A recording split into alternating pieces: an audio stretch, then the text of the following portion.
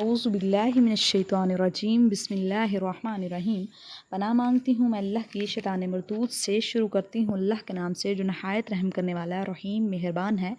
الذی جعل لکم الارض فراشا والسماء بناء وانزل من السماء ماء فاخرج به من الثمرات رزقا لکم فلا تجعلوا للہ اندادا وانتم تعلمون۔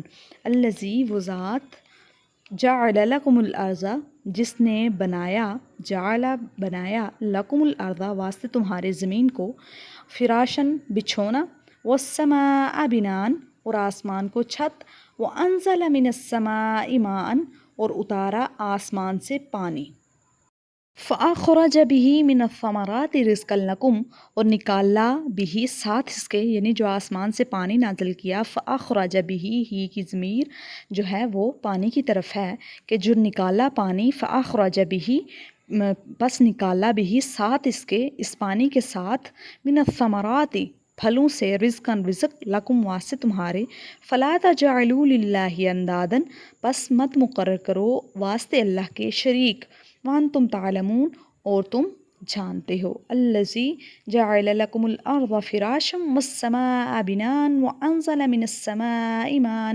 فاخرج به من الثمرات رزقا لکم فلا تجعلوا للہ اندادا وانتم تعلمون۔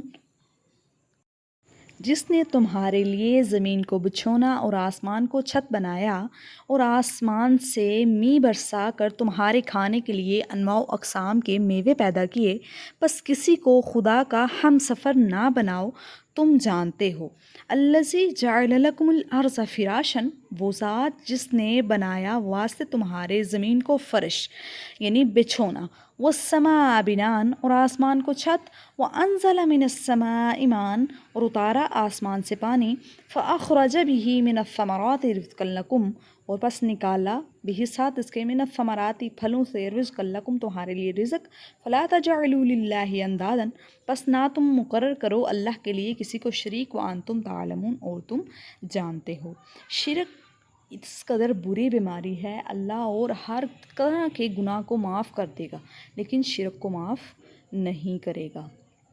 الذی جعل لکم الارض فراشا والسماء بناء وانزل من السماء ماء فاخرج به من الثمرات رزقا لکم فلا تجعلوا للہ اندادا وانتم تعلمون۔ جس نے تمہارے لیے زمین کو بچھونا اور آسمان کو چھت بنایا اور آسمان سے می برسا کر تمہارے لیے کھانے کے لیے انواع و اقسام کے میوے پیدا کیے، بس کسی کو خدا کا ہم سفر نہ بناؤ، تم جانتے ہو۔ صدق اللہ العظیم وما علینا الا البلاغ المبین۔